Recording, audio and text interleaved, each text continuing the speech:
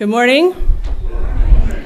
I am Reverend Jamie Yandel. My pronouns are they and them, and I am the minister of this church. And we are very excited to have our crew from GTX Connect here and leaders to have our first ever combined live show, as well as our first ever podcast live show inside of San Gabriel. So we would really like to thank Chuck Collins and Kelly McGinty for bringing this to us. We will have service as usual and then open up our service to the topic, Erase Hate. As Unitarian Universalists, we are working on eradicating white supremacy and always working on ways to be anti-racist and better allies. This fits quite nicely into our values. Let us begin.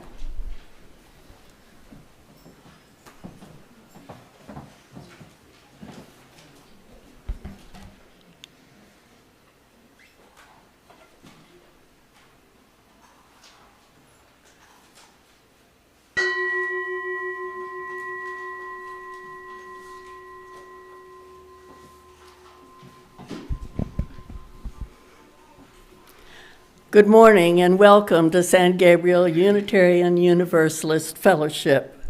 Whether you're here in the sanctuary or watching at home, we are so glad that you are here. Know that if you are here for the first time or this is your 100th time and counting, you are welcome here. My name is Billy Adams. My pronouns are she, her. I went through member orientation here in November 2013, not long after our early pioneers purchased this sanctuary and campus. I've found my people and my beliefs. I joined in March 2014 and shortly after became team leader of the Green Sanctuary team to earn certification as a Green Sanctuary from the Unitarian Universalist Association. Just quickly, Green Sanctuary requires 11 projects in the area of religious education, worship and celebration, environmental justice, and sustainable living. With a great team and a very active fellowship, we earned that certification in early 2016. We are still one of only 7 Texas UU congregations to have achieved that certification. That team then morphed into the Habitat team at the wish of those of us who had a commitment to planting Texas native, or as Reverend Jamie pleased me by saying in a recent sermon, indigenous plants. Right. On our campus, we implement different projects to support the smaller wildlife who are declining in numbers across the U.S. and the world and losing their food and homes primarily to habitat destruction, particularly happening now in our larger Georgetown area. We are still going strong. I'm still the team leader, and half of the Habitat team were those original Green Sanctuary folks. San Gabriel is a member congregation of the Unitarian Universalist Association. There are over 1,000 UU congregations in the United States, and interesting, just 1/3 of those are Green Sanctuaries. All of us work together, are working for a just, peaceful, and sustainable world. Sustaining each other here in the community is the first step down the long road of that important work. If you would like to know more about us and learn about upcoming events, please go to our website, sangabrieluu.org, and sign up where it says subscribe to our newsletter, our weekly newsletter, or talk to the people at the back at the welcome table on your way out. Please know that whoever you are, wherever you are from, whomever you love, wherever you are in life's journey, you are welcome here. Now let us begin by singing our opening hymn, number 128 in the gray hymnal. If you're in the front row, people behind you can hand you a hymnal. Number 128, All That Is Our Life.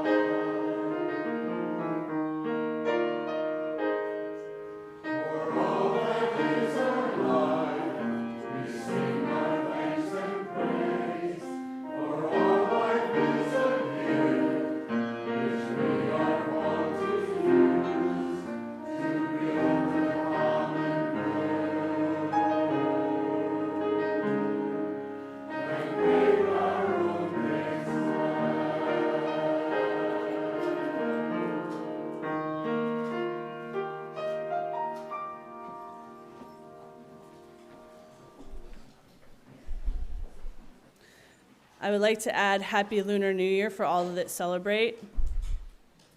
My family introduced me to my first one last night, so still struggling because there's a lot of food and drinks and things I couldn't pronounce. So I'm trying my best up here. And there is a congregational meeting after church today, so please stay for that. And now it is time for a chalice lighting. And the other announcements are located here. So if you didn't get this when you first walked in, there's a lot of important things on this. Let us now light our chalice, the symbol of our faith. We light this chalice in the promise of a new day, for the renewal of belonging, for the connection between and beyond all that is, all that was, and all that has yet to come. May our many sparks meet and merge in communion of heart and soul to greet this day. The world might feel upside down with the news of more people of color dying at the hands of police brutality, the rise of trans and non-binary suicides due to hate and erasure, the death of immigrants trying to seek safety, housing insecurities, food insecurities, and so much more. It seems like all too much. But right now, we are gathered together. We can feel our heart beating. We can all take a collective deep breath and release all these worries, sorrows, and troubles. Because despite all the things and all the people that try to keep us separated, we are here together, now, doing this worship thing together. And that is enough. Now I would like to invite Karina and Ian up for the Wonder Box moment.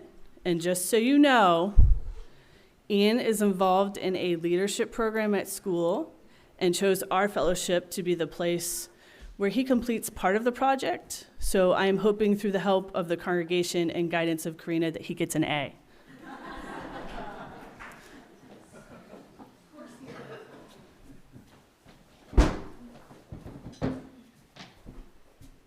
All right.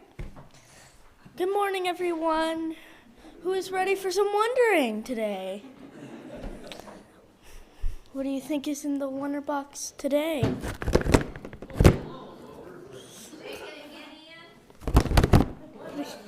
Pretty clunky. A book, okay. Crayons? Rocks, yeah. A truck. All right. Well, let's open it up and see. It is a big and heavy brick. All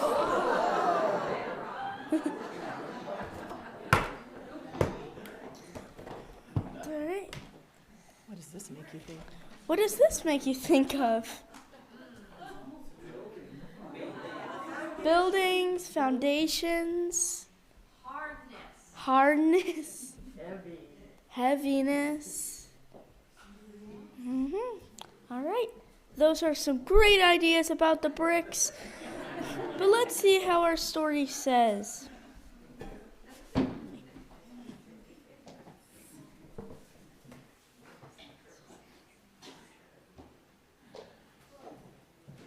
Aggie, published by Dial Books for Young Readers.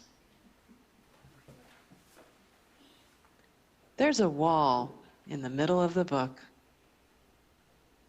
and it's a good thing. The wall protects this side of the book from the other side of the book. This side of the book is safe. The other side is not. But the most dangerous thing on the other side of the book is the ogre.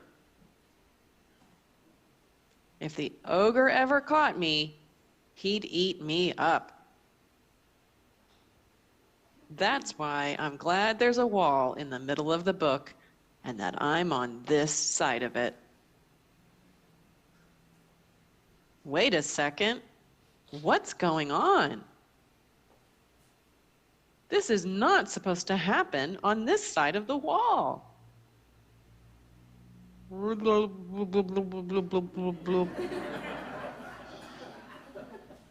Wow, thank you so much. Oh no, I'm on the other side of the book. And you're the ogre who's going to eat me up. Ha ha ha, I'm actually a nice ogre, and this side of the book is fantastic. Come on, I'll show you around.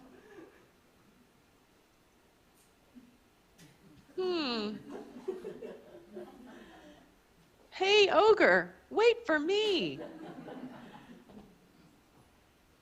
Bye-bye. The end.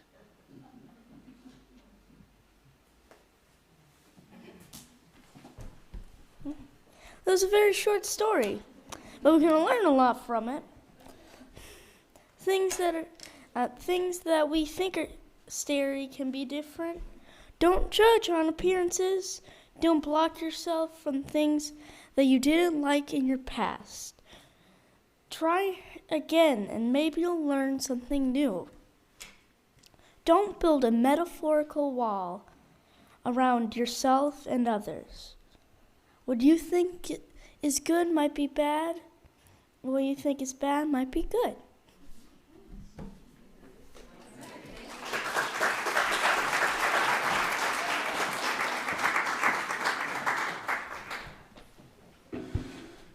Well, I don't know about your teacher, Ian, but I think that that's an A+.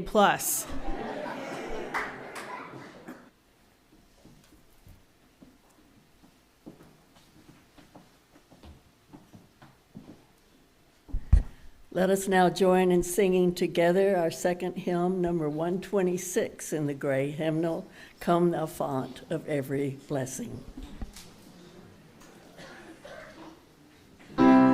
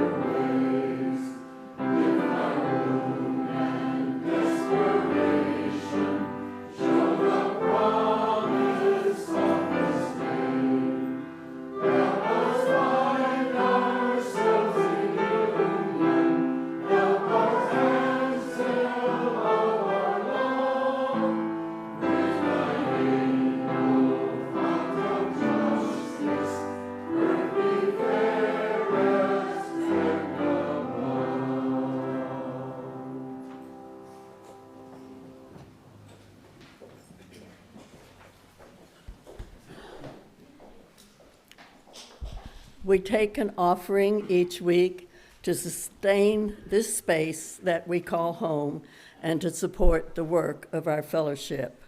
Please give generously as you are able. If it's your first time here, know that you are not expected to give anything. Your presence is your gift to us. We are grateful to Judy Mayo and Joe Neschheim for playing today. Welcome back. The offertory music you're about to hear is Climbing Up the Mountain, a gospel song written by the well-known gospel composer Mosey Lister and arranged by Patsy Ford Sims. It was performed by country singer Don Gibson. The offering will now be received.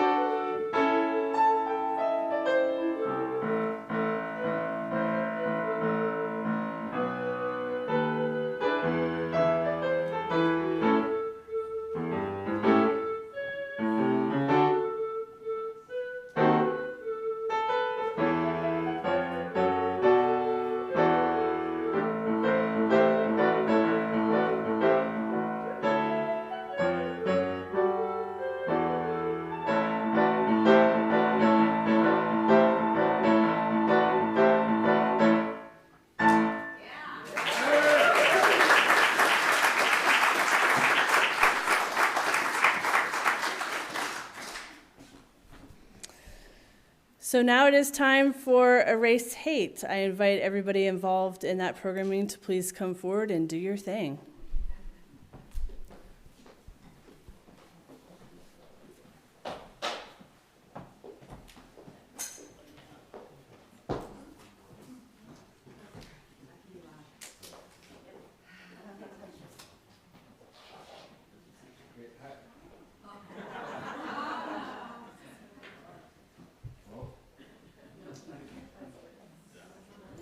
Hi, everybody.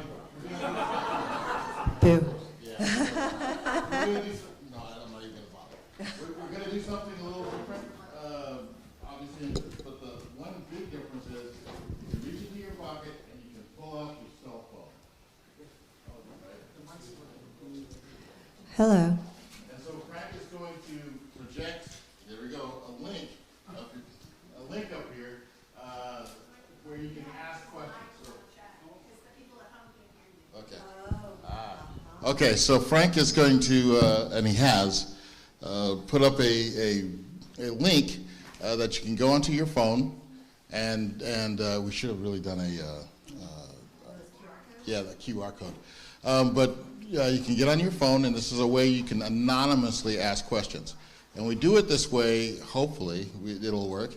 We do it this way so that people aren't afraid to ask anything that they have on their mind, and not have any kind of fear of recrimination or, oh God, people are going to think I'm a bad person because I used the wrong word or the wrong pronoun or anything like that. So Kelly will ask the questions that you have put forward. If you have issues getting on there and getting your question in, raise your hand and we'll try and get a mic to you. But we only have one working mic, so you have to be a little patient. I think that's it. And with that, I'll turn it over to Kelly. Hi, everybody. This is a working mic. So welcome to our first live session of Why Can't We Be Friends?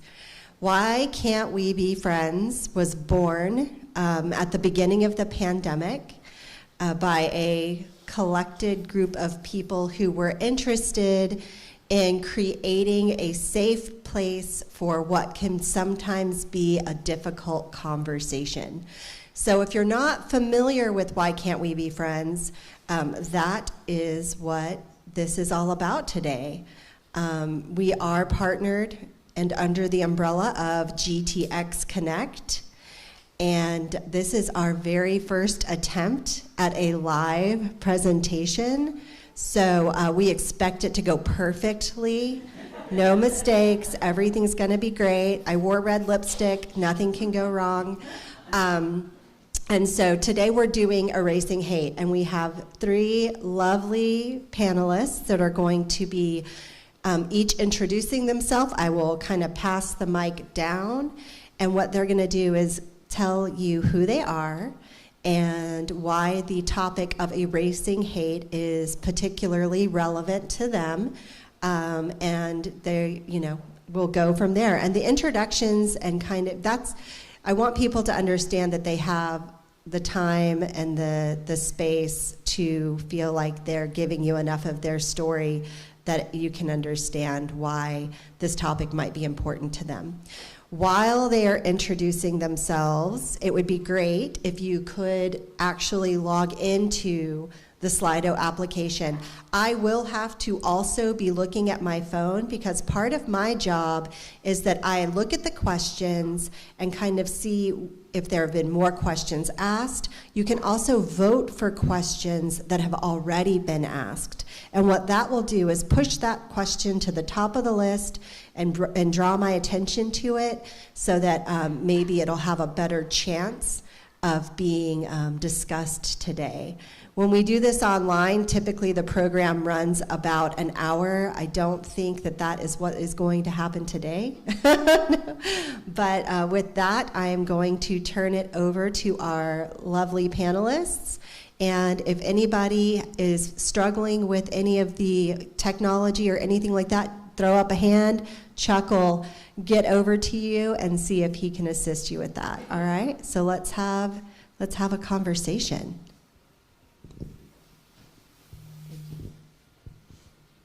Good morning. My name is Susan Wukash, and I am 71 years old, and I'm a 3rd generation Austinite. I live in Georgetown now because my husband taught at Southwestern. I worked as a social worker and did kind of forensic psychology where I interviewed children and families that needed to have their child placed because their child was having difficulties at home, family couldn't handle it, whatever.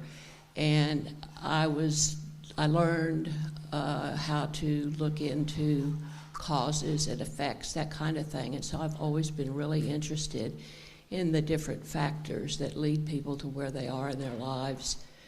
This opportunity that Chuck offered to me has caused me to reflect more on why the issue of racism in the United States means so much to me. And there are many, many factors that have played into where my getting to a place of caring very, very strongly, very passionately about this issue. I hope everybody will get to that place, and I hope I get a chance to tell y'all some of the places that that came from for me. Your congregation plays a role in that, and I'm grateful to your congregation. Some of the people y'all know very well here played roles in that, so I hope I get a chance to touch on that too. But I'm grateful to be here, and I hope it's a productive time for everybody. Thank you, Susan. Good morning. I'm Charlotte Paramore. I am 76 years old, so there. And I live in Georgetown. My husband and I moved here about 8 years ago. About 5 years ago, I completely retired after about 40 years in the public school system, and then did consulting work afterwards as an educational consultant to support improving the performance of low-performing schools around Texas. I was what is called a PSP, which means Professional Service Provider. In the school systems, I began as a teacher of the deaf in Austin at Texas School for the Deaf. I left there and moved to East Texas, where I encountered racial inequities and discrimination in the schools and in the community. I moved, and I continued work with the deaf, but then migrated into working with special education children and regular public school students. I ultimately went back and got a certification and degree to be a school principal or administrator. And so I became an assistant principal and ultimately a principal. And then I went back to the University of Texas for the third time to work on my doctorate, and had the privilege of being able to participate in research around the state, working to identify how it is that there are some very high poverty and highly diverse school districts that are achieving at very high levels. And that research helped me continue my work in school districts as an assistant superintendent of instruction and person who worked with staff development, and to work with increasing the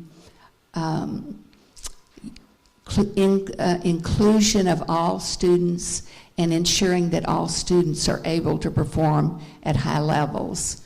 So I began to confront racial diversity or racial divisions and racism in our schools, and continue to work with educators over a long period of time to try to improve the performance of our school districts. So it's, when we moved to Georgetown, after I retired, I began work reaching out to see if I could continue to make a difference. And so I joined Courageous Conversations, and then I am now working with an organization called RISE, and our mission is to improve the academic performance of our school district in Georgetown and to ensure that all children of all races are performing at high levels, and that we are creating very inclusive and loving environments in our public schools. Thank you. My name is Jim Dusser. I spent 31 years selling socks and underwear for J.C. Penney. My last assignment was in McAllen, Texas, where I found that I was a minority because the 85% of the people in the Rio Grande Valley are Hispanic. I also realized that being a white male was still a pretty good thing to have go on your demographic. I was fortunate to live near the center of McAllen, and in 2014 I got to encounter the first wave of refugees that came seeking political and freedom, an opportunity to raise their kids in a safe environment. And I became a disciple of Sister Norman Penn Mantell of the Catholic Charities, and I became her gopher. The church I attended was very close to the bus station, and so members of our congregation started trying to help these folks, and we found that we had way more than you could help in your house. So we asked our pastor if we could use the parish hall for a few days. And here it is 8, 10, 12 years later, and they're still doing exactly the same thing. I was blessed to be able to be Sister Norma's gopher, and I can tell you the city of McAllen is a wonderful governmental organization. They saw the need. They brought portable toilets to the parish. They brought tents for the people whose bus wasn't leaving until the next day, so they would have a place to stay. We would greet the people as they entered the hall, clapping and cheering for them, because most of them, almost all of them, had been on the road a very difficult journey of weeks where nobody was glad to see them. We were glad to see them.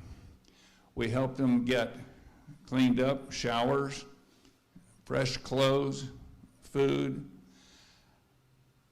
information on how to navigate the system, and we took them to the bus station and helped them get on the bus.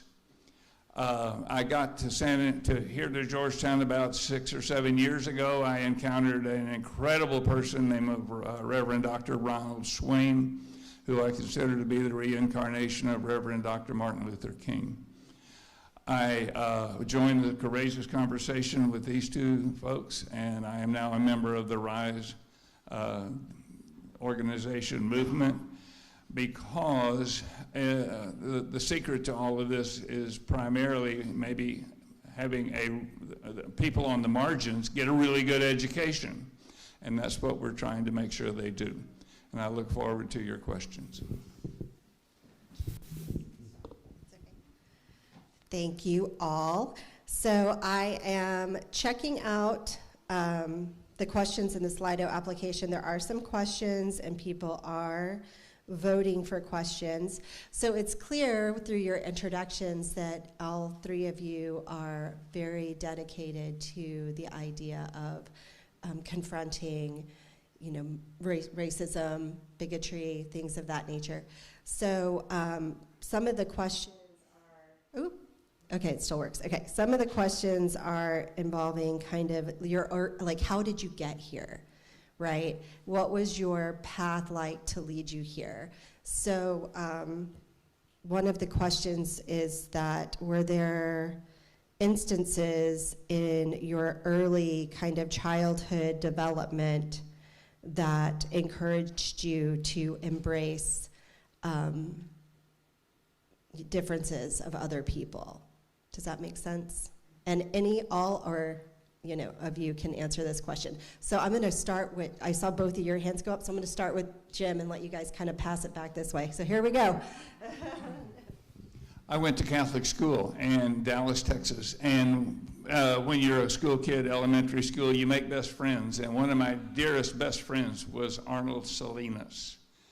And like kids do in those days, you take your kid home, your best friend home after school for lunch, or, for cookies and stuff like that.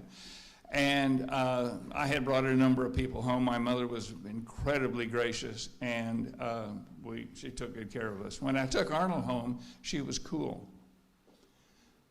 And it wasn't until some years later I said, "Why were you so cold to my dear friend Arnold?" And she said, "I can't help it. That's the way I was raised. He's different."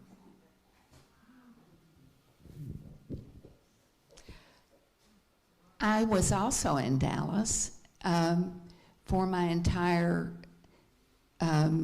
school career from 1st through 12th grade.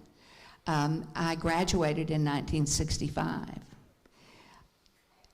Throughout my school career, I was living in a very kind of a lower middle class neighborhood out in the sticks on the outskirts of Dallas. And throughout my school career, beginning on St. Augustine Drive in Dallas, Texas, and we were in like a 4-room schoolhouse. We had a privy. That's where we went to the bathroom, believe it or not.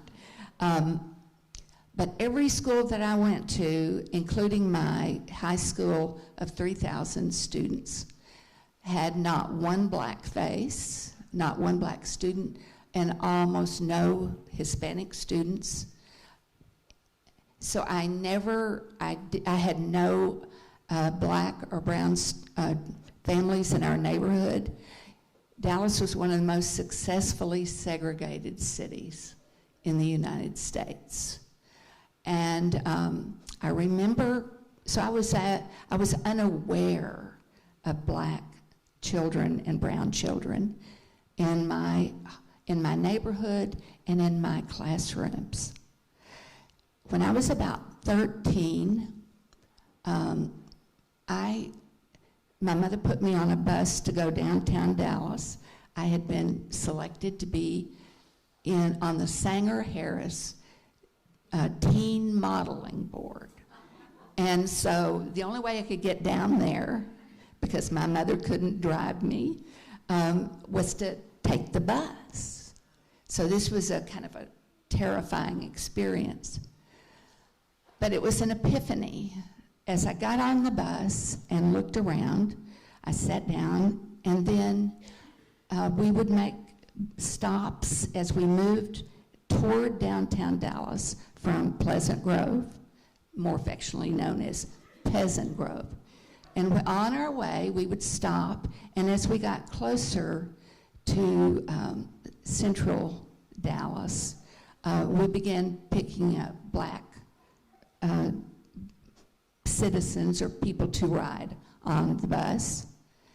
And I watched with horror as all of those people moved and sat down at the back of the bus. And I was overcome with horror and with guilt. And I watched one lady come on, and she was elderly. And I thought about standing up and offering her my seat. But it was clear that she might not want to sit there because it was not at the back of the bus. And I was afraid. I experienced fear. And so I sat there passively and watched. And that moment stirred in me feelings that I had, of awareness that I had never experienced before. And so since then, I have found my voice, and throughout my career have been on a journey to examine myself for racist beliefs or patterns of behavior, and develop the courage to speak out and to oppose the existence of racism in our schools and in our country.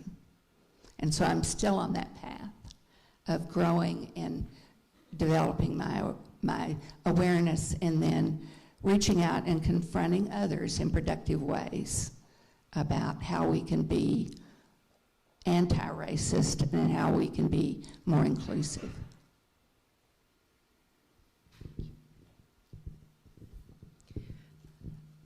When I think about how my attitudes about this have changed over time, I almost don't know where to start. I have this journey, which became very intense for me, probably 2015, 16, 17 in there, was not anything that I had strong feelings or information about. But in learning, part of my journey has been to learn a lot more about my family and how they, as white immigrants first and second generation immigrants to Texas in the middle part of the 1800s, how my great-great-grandparents and grandparents were, where were they in the drama of the Civil War and enslaving people owning other human beings?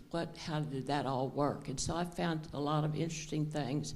I've got interesting stories there, but the bottom line for me is that I was born and grew up in the mid-50s in a middle class, lower middle class, striving for upper middle class white family in Austin, Texas in the 1950s. And I didn't have much experience or exposure to black people.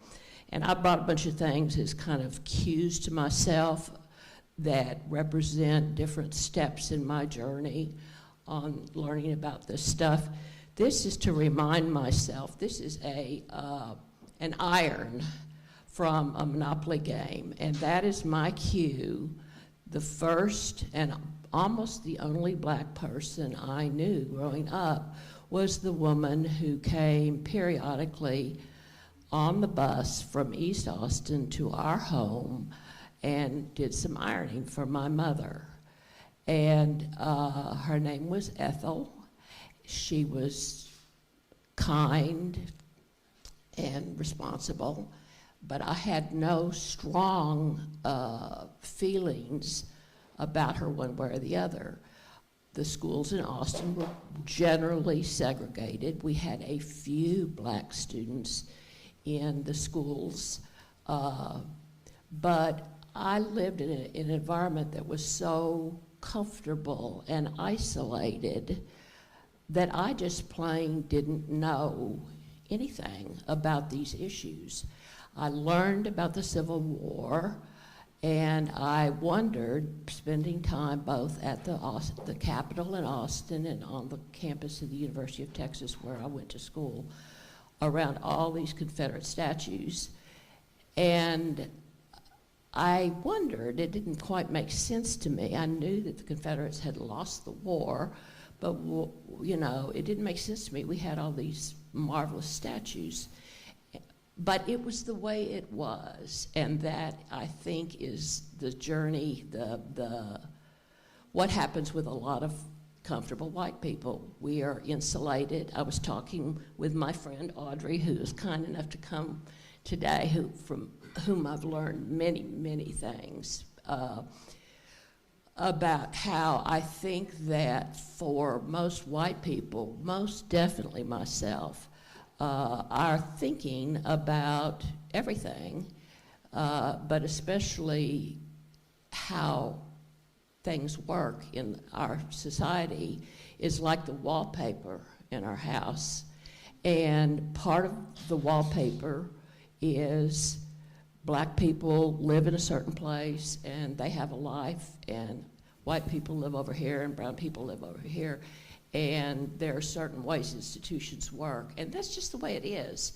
And we live with that so long, and as a comfortable middle-class white child and then adult, it was the wallpaper. It was the way it was. I didn't see it. You know, I just didn't have any real conscious awareness of it. So before I forget, I want to tie into what Charlotte said about the buses. One of the cues that I had to mention, I told you I had learned about the role racism had in my parents and grandparents and great-grandparents. The main thing about that has been, that I've learned, is that we have been privileged to accumulate generational wealth. Probably a lot of you are familiar with that concept, that all of my grandparents were poor dirt farmers in the country. And there was a depression in the late 1890s, I think, and a whole bunch of these people came to Austin. They came to Austin. They worked hard. They worked as domestics. They were maids. They were janitors. But they worked hard, and they were able to acquire wealth. Wealth in the sense of many of them were eventually able to buy homes. One of my grandparents built a store on Guadalupe Street in Austin, right in the University of Texas area. And my father grew up working in that grocery store, and there was value in that store that my father and his brother inherited, and helped fuel their successful lives and have their families. And I know that black people don't. I'm trying to. Yeah, thank you. This thing fell out while ago. Now I can find it. This is my father grew up working at the store, and the streetcars in Austin ran right past that store, and he told stories about being able to go out and put pennies on the track and flattening them, whatever. Years later, probably when he was about 19, 20, the streetcars were decommissioned and buses came in. And I, as a white person, never appreciated how much public transportation is a factor and has been a factor for people of color. The routes where they're set are determined by where the white people want them to go. So that means there need to be routes to the places where the black and brown people live so they could be transported to the homes of the white people who want them to clean and cook and take care of their children, all that kind of thing. But then there's this problem because the streetcars all went into operation across the country during the Jim Crow years, and white people and black people were not supposed to be in the same space. We want them to clean for us, cook, and do all the menial things, but we don't want them in our space very much.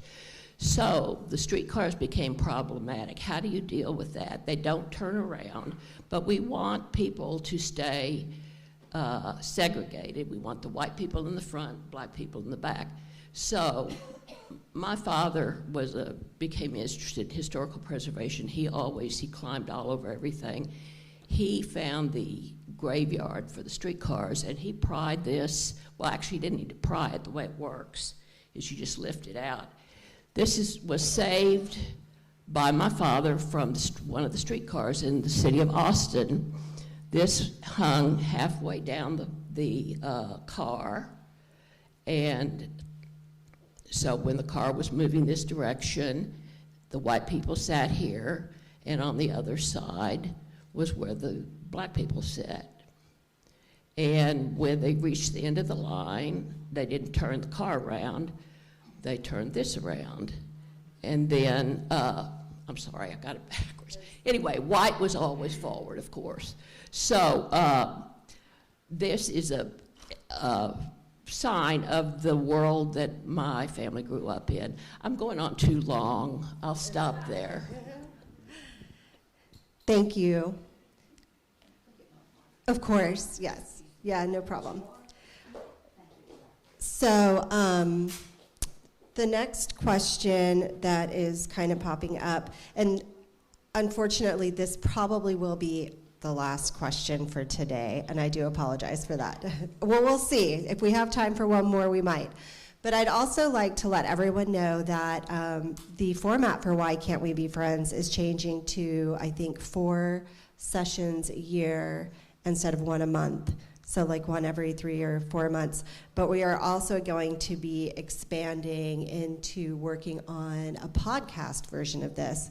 And I think each of you could probably comprise an entire podcast. I am like listening to you guys talk, and it's there's a wealth of information here that will not even be barely nicked at today. And I feel like that's unfortunate. But the next question I'm going to ask is, we did, breeze upon some of the early experiences. What kind of experience did you guys have to have in your own personal lives communicating with people close to you, maybe a mother or a father or a best friend, about your own personal beliefs about, how you believe that racism or marginalizing people was wrong or destructive or inhumane or not right. Because I think oftentimes we do have people in our lives that we love or care about or respect in many ways that have differing opinions from us. So this isn't an academic question of how you would speak to people you didn't know. How did you speak to people that you did know about some of these differences in beliefs? How did you guys approach that? Were you successful, unsuccessful? How did it go? So I think I'm going to start with Jim again, if that's okay, and work back this way. Would you like to answer this one? I would love it. Okay, thanks. Some years ago, about 15, I felt touched and decided that I was going to get serious about making the world a better place through peace building.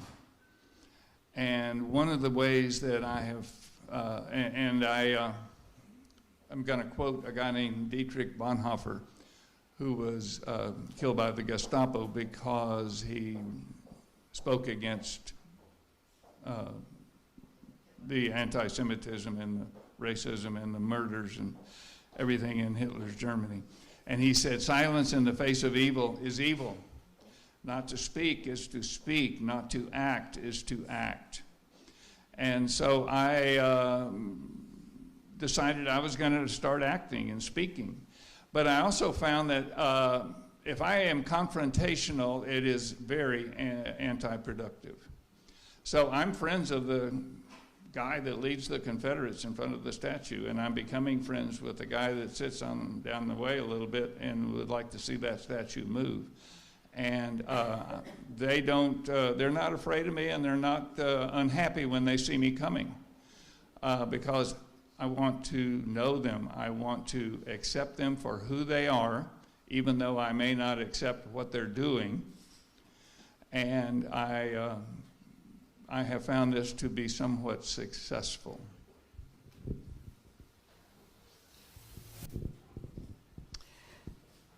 My father used to say to me, we can't figure out where you came from. And I wondered that too. I do know that I grew up without opportunities when I was a child and throughout my teens to associate with black people at all. I would see them in public or on TV, but I had no personal relationships with African American people. And so, but I know because as I grew older, that I recognized that I had fears and misunderstandings about people of other colors. And I know that I internalized those feelings from the people that I grew up around. So I found, though, that my parents, although they must have said things that influenced my thinking, I found that they respected my views, and that was as I became more verbal, and they were aware that I was a liberal in my thought process, and diametrically opposed to their more conservative political views and social views. I'm grateful that they respected me.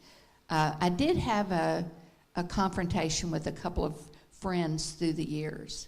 And during the pandemic, I think people's tempers were high anyway, but a lifelong friend that I had,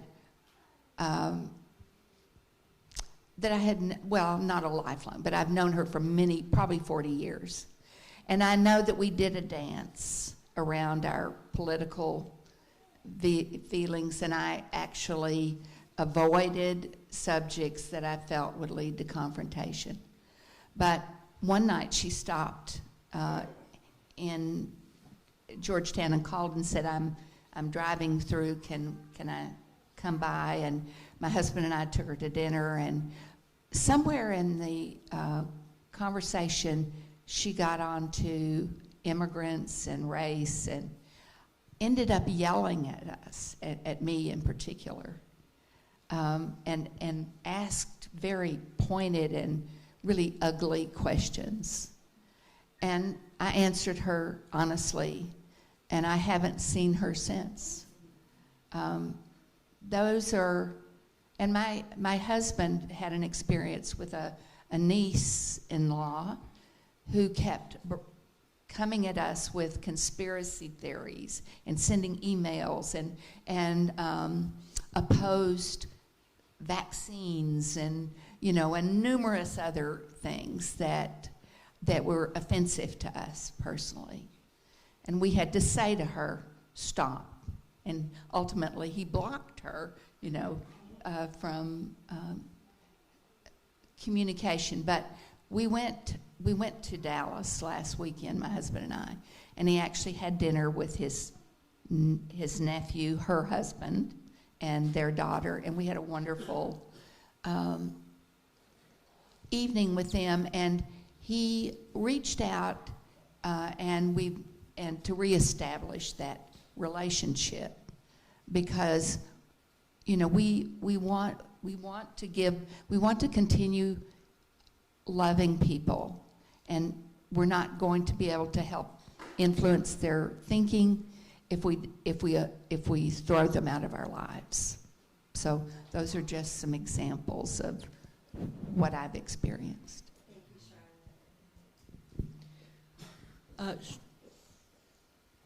Charlotte, you're talking about your family, your dad saying, we don't know where you came from. I think that's a factor for me in terms of why I came out eventually having very strong feelings about racism in this country. I am still the black sheep in my family, but I want to say that I think that the fact that all of y'all are sitting here today means that you know something about being something of an outsider. UU church in the South is an odd thing. And and if you're a liberal in the South, that's an odd thing. And so there's something about this experience that has drawn you to be in this place. So you already know something about being an outsider and how it's important to take a stand in some form or fashion and move your feet in a direction of being not following the crowd. And and I want to say, I'm going to veer off the topic. I want to acknowledge, because I want to get a chance to acknowledge the role that this church played in my journey. I've lived here for 40 years. And as I mentioned, the statues, I had always wondered about the statues. Well, I was aware of the statue on the courthouse lawn. And I was aware of the Confederate Shelby Little standing out in front of that in his full regalia and giving distorted history lessons, lying lessons to anybody that would walk past. And I saw a letter to the editor in the paper, written by and signed by Lou Sneed. And I didn't know Lou from Adam. And but I was really grateful to him for speaking out. And so I decided I wanted to thank him for putting that out there publicly in such a public way. So, but I didn't know anything about him. And so, but I think he said in his letter that he was identified with this congregation. So I went hunting, and I went online, and I found y'all's website and looked through some of your newsletters or whatever, and I finally found a place where it said to call Lou at something about some gathering or other. And so one day I called him and talked to him, and I just said, thank you so much, I'm so grateful. And he said, well, you know, if you care about this stuff, I'm part of a group that is getting organized to address these things. And that was Courageous Conversations when it was very first starting. And he invited me to a meeting, like I think it was the next day, the next Saturday, and it was one of the organizing meetings before the first public meeting that Courageous Conversations did. And I jumped in then, and Courageous Conversations had a lot to do with how much I learned. If y'all are not familiar with this book, I must mention it, Just Mercy by Brian Stevenson. That we read that book, and it was transforming for me. And I ended up working with Lou and some other people in Courageous Conversations on addressing the statue, the Confederate statue. And so your church came up again in your social justice committee, having circulated a petition about the statue being moved. And so I just want y'all to know, I'm really grateful you're here. The fact that y'all are here and speak out and say it is okay to not be conservative, fundamentalist Christians, whatever that means to them, and to walk a different path and be dedicated to justice and peace for everybody. That's really important, and y'all have contributed to that for me, and I'm grateful to you. So that's it. Thank you, Susan. Thank you, Lou. So, of course, this is our very first live crack at this, and if I had it my way, we'd probably sit here another hour and a half. I don't have it my way, and we have a meeting after this presentation. But I do hope that if you guys heard anything today that you thought piqued your interest, that you will also take an opportunity to, after this, speak with Jim or Charlotte or Susan about, their experiences or some of the wonderful things that they are involved in because of the growth that they have done through their own lives and where they've kind of landed at this phase of their lives. Because I think they have a lot of really amazing, worthwhile things going on. So if you guys have a personal interest in that, I encourage you to speak to these folks. I'd like to really, really thank you guys for coming and being with us today. I wish we had more time to kind of discuss more, and I hope you will consider maybe even being a part of the podcast when we get that going. So thank you so much. This is going to conclude the very first Why Can't We Be Friends live edition, and I'm so glad I got to be here with you guys today. Thank you.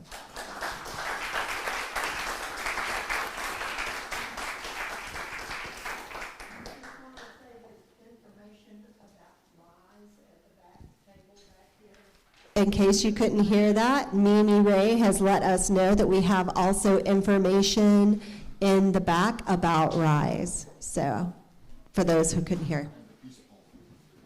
Peace poll? There's a peace poll. I don't know what that means. Here's Chuck.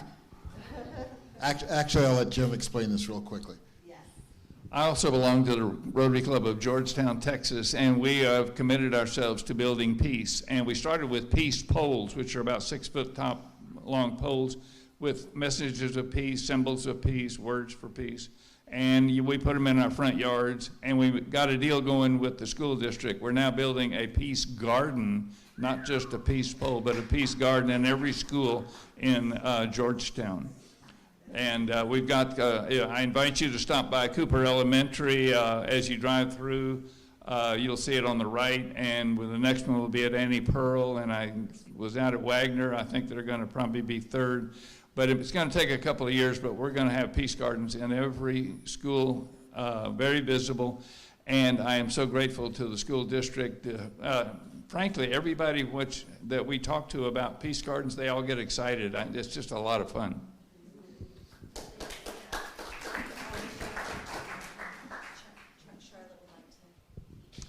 I just wanted to invite you to pick up a flyer at the back if you have interest in RISE. RISE is an organization that was formed in 2020, formed of people, kind of an offshoot of Courageous Conversation, to form a committee that actively sought to improve the performance of and reduce racial disparities in our public schools in Georgetown by committing ourselves to identifying effective and excellent candidates for school board who aligned with our goals about the improvements that needed to occur for all children. And so we support candidates, and we're moving into the election season soon, and so we are supporting at least one and maybe more candidates this spring. We've been effective. Please vote for Stephanie Blank. Jim is a man of action. Jim has broken a promise. And we are not supposed to do that. But the fact is that we do this work because we want people who, and Stephanie, for example, has been a very effective board member who advocates for all children. She is data-driven and does the kinds of things as a board member that ensure that they are performing, they're acting as your representative to ensure that all children's needs are met. So if you're interested in RISE, I will be glad to give you all kinds of information, and my contact information as well as web addresses are on this flyer. And then our goals, mission, and vision are right there for you to read, and I'd be glad to answer questions about those personally. Thank you so much. All right, Chuck, do you have anything to say? We're good? Okay, thanks everybody.